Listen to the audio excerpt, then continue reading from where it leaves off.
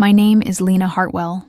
I'm 37, single by choice, and I work as a freelance financial consultant, mostly remote, mostly quiet. I live alone in Asheville now, about 2 hours from where I grew up in this sleepy stretch of North Carolina. I like the calm. I like the silence. Maybe that's why I didn't say a word when the laughter started at the table that day.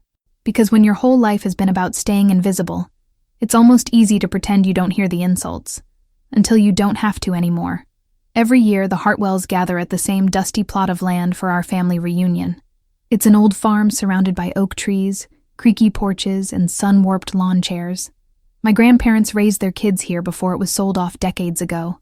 Since then, we rent it once a year from an old man named Mr. Malloy. He keeps the price low because we've got history, as he puts it. But even tradition has a lease. This year was no different, at least at first. I arrived late, driving my beat-up Subaru across the gravel path just as Uncle Ray was pulling out a beer from the cooler. I parked under the same walnut tree we always used as kids to hide from chores. No one noticed me at first, which was fine. I preferred it that way. My suitcase stayed in the trunk. I wasn't planning on sleeping over. I walked over to the group slowly, nodding here, half smiling there. The kids were chasing bubbles. The older folks were already sunk into lawn chairs, half lost in stories they've told 100 times. Then came the line, "I'll never forget." Cousin Mark leaned in toward Aunt Jody, laughing. "Remember that dump Lena bought? God, that place is a money pit. What was she thinking?"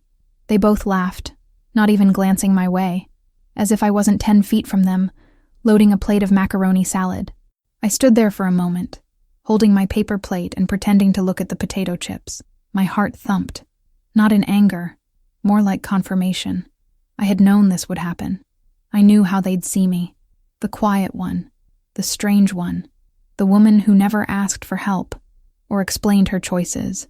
They always took silence as weakness. That was their first mistake.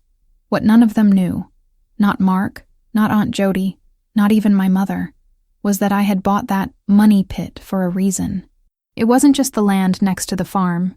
It was the land with water rights, with back taxes I had settled, and with a future none of them could imagine, including today, when they were sitting unknowingly on a property that, as of last week, belonged to me. I had signed the paperwork 3 days before. The seller was Mr. Malloy himself, who, at 91, had decided to finally let it go. He said he didn't want to deal with the family politics if he passed. He knew I'd be the one to respect the land, not just rent it. His words. I didn't correct him. He was right. Back at the reunion, the voices blurred behind me. Someone put on old country music, and a few cousins started a cornhole game near the barn. I sat on the edge of the wooden steps, watching the breeze move through the tall grass. I didn't need to say anything. Not yet. The paper in my purse would say it all soon enough. That's when I saw Mr. Malloy's truck pull up, slowly, purposefully. His silver hair caught the light, and he stepped out with a manila envelope in his hand. A few heads turned, confused. It wasn't part of the plan for him to show up, but he insisted, said something about making it official in front of the family. I didn't argue. As he walked toward the group, my heart picked up pace. I could feel the moment beginning to form, the one that would rewrite how they all looked at me, how they talked about me, and maybe, just maybe, how they would remember this day for the rest of their lives. The sun had dipped just low enough to throw long shadows across the picnic tables when Mr. Malloy finally made his way across the lawn. He moved slower than I remembered, but with that same deliberate calm that always made people stop talking when he entered a room. And that's exactly what happened. One by one, voices faded, chairs creaked as people turned to look. Even Mark stopped mid-laugh, a half-drunk soda can hanging from his hand. All eyes were on the man with the envelope. He didn't say a word at first, just stood in the middle of the yard, smiling at everyone like he had dropped in to say hello. But I could see the papers in his hand, thick, folded, and official. I stood too, slowly, brushing crumbs off my jeans. No one noticed. They were still watching him, probably thinking he'd come to give some sentimental speech about the farm, or maybe to announce this was the last reunion. But then he cleared his throat and turned to me. "I think we all know this land's seen a lot," he began, his voice carrying across the field like a sermon. "It's seen births, funerals, weddings, and enough fried chicken to feed a small army. But what folks don't always see is the quiet ones, the ones who show up without making a fuss, the ones who take care of things behind the scenes. He paused, and I could feel 30 pairs of eyes shift from him to me. He raised the envelope slightly. I wanted to be here today to do this in person, because after all these years, I'm handing these papers to someone who still remembers what it means to own something with intention. Lena, he said, turning to me fully now. It's been a pleasure selling this land to you. He smiled. All of it. Silence. Real silence. Not awkward or confused, but stunned, like someone had sucked the air out of the gathering. My cousin Emily blinked, her lemonade glass frozen halfway to her lips. My uncle's face twisted like he was trying to do the math in his head. Even my mom, who had spent the morning worrying about whether the potato salad had enough salt, looked like she'd just been slapped. And me?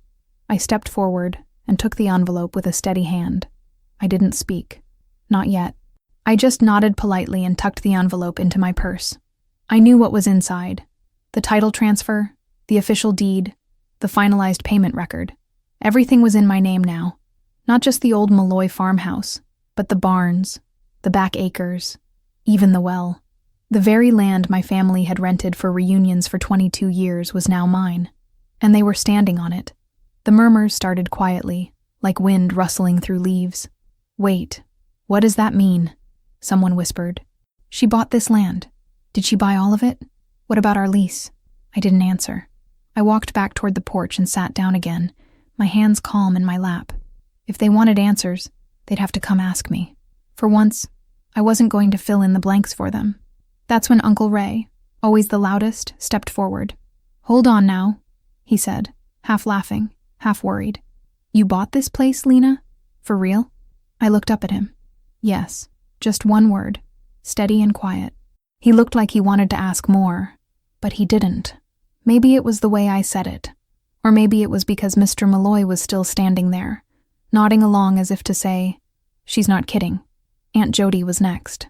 So, what does that mean for us? Her voice had lost its bite. I looked at her, really looked, and for the first time in years, I didn't feel smaller in her presence. It means I'll be reviewing the lease terms before next year, I said simply. That's all for now. Another silence. This one heavier. And then I stood. I wanted them to see it. Not arrogance, not revenge, but resolve. I wasn't here to punish anyone.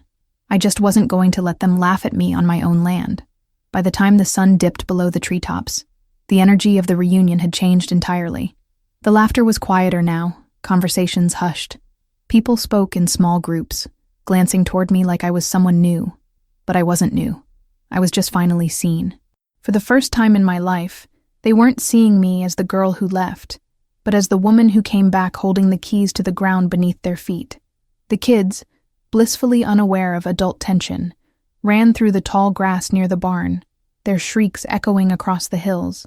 I sat on the porch steps, sipping iced tea that had long since gone warm, watching as my family shifted around each other like puzzle pieces that no longer fit. My mother eventually came and sat beside me. She didn't say much at first, just handed me a paper napkin like old times. It smelled faintly of barbecue. I didn't know you were talking to Mr. Malloy, she finally said, her voice soft. I didn't tell anyone, I replied. It was better that way. She nodded, eyes fixed on the field. They're going to talk, you know. I smiled faintly. They always have. And that was that. No apologies, no judgments, just understanding. She knew what it took for me to do this. She might not have agreed with the method, but she saw the strength behind it. Later, as dusk settled and the sky turned lavender, Mark approached me. Of all people, I didn't expect him to be the first. He stood there awkwardly, hands in his pockets, kicking at the dirt like a teenager. Hey, he said. I raised an eyebrow. Hey. A beat passed. Didn't mean to laugh earlier. Just thought it was funny, I guess. Didn't know you were serious about that place. I nodded slowly. Most people don't take me seriously until I sign something. He scratched the back of his neck. So, what happens now? I let the question sit between us. Nothing dramatic, I said. You finish your beer, the kids chase fireflies, and next year, if the lease still makes sense, you'll hear from me. He looked relieved, and maybe a little embarrassed. Right, he said. Cool, that's fair. And then he walked off, mumbling something about needing another drink. Aunt Jody didn't speak to me again. She spent the rest of the evening pretending I wasn't there, which honestly felt like an improvement over the snide remarks. Uncle Ray kept giving me sideways glances, like I might suddenly decide to bulldoze the barn. I didn't blame them for feeling threatened. I just wished it didn't take land ownership to command respect from people who'd known me all my life. As night fell, the fireflies came out, and someone lit the bonfire near the back fence. The same bonfire pit we'd used since I was 6. I wandered over, feeling the heat on my face, the smoke curling into the sky. A few cousins sat nearby, talking about jobs, school, and the latest Netflix show. One of them, Sarah, looked up and said, "You did something big, Lena." I shrugged. "It's just dirt and trees." She shook her head. "It's more than that. It's taking something back." And maybe that was it. It wasn't about revenge or pride. It was about reclaiming something. My story. My place. My voice. I didn't need them to clap or thank me. I just needed them to know. And now, they did. The stars came out slowly, one by one, and for the first time in years, I felt like I belonged at the family reunion. Not because I had changed, but because I had finally stopped waiting for their approval. I had shown them what quiet resolve looked like, and they would never forget it. The next morning, the grass was still damp with dew, and the fire pit was a circle of ash. Most of the family had already packed up, or were in the process of leaving, folding chairs into trunks, wiping off coolers, and hugging goodbye with that forced cheer that comes after something unspoken lingers in the air. I walked slowly through the field, feeling every inch of the ground beneath my boots. My ground now. It still didn't feel real. Mr. Malloy had left quietly after the announcement, giving me a long handshake and a nod before disappearing down the gravel road. He didn't need thanks. He'd done what he came to do, close a chapter with dignity, and pass the land to someone he trusted. I knew it meant something to him, too.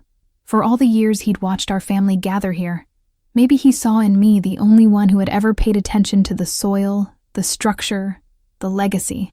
I walked toward the old barn, where the paint was peeling and a few planks had started to rot. It would need repairs. All of it would. But I saw the potential, what it could become with time, effort, and the right kind of investment. Not just financial, emotional, historical, something solid enough to outlast gossip and memory, something rooted. As I leaned against the doorway, Emily appeared beside me. She was one of the few cousins who never judged me for being quiet or different. "You're staying a few more days?" she asked. "Yeah," I said. "Want to walk the boundary lines, take some measurements, maybe talk to a local contractor?" She smiled. "You really are serious." I turned to her. They thought I wasn't. Her eyes softened. They were wrong.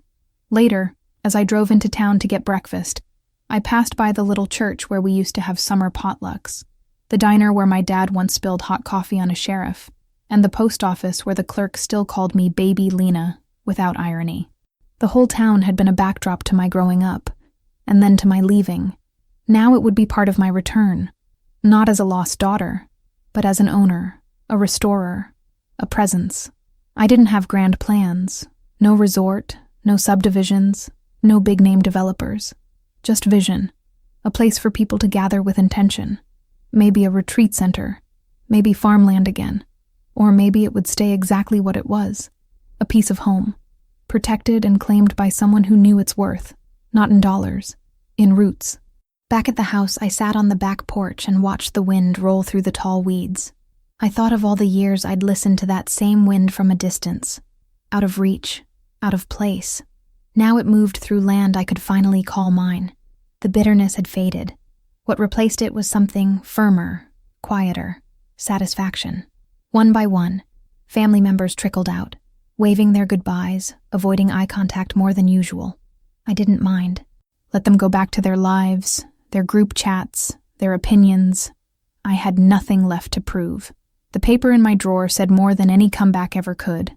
As the last car pulled away and the gravel settled, I looked out at the open field, sunlight glinting off the empty picnic tables. This was mine now.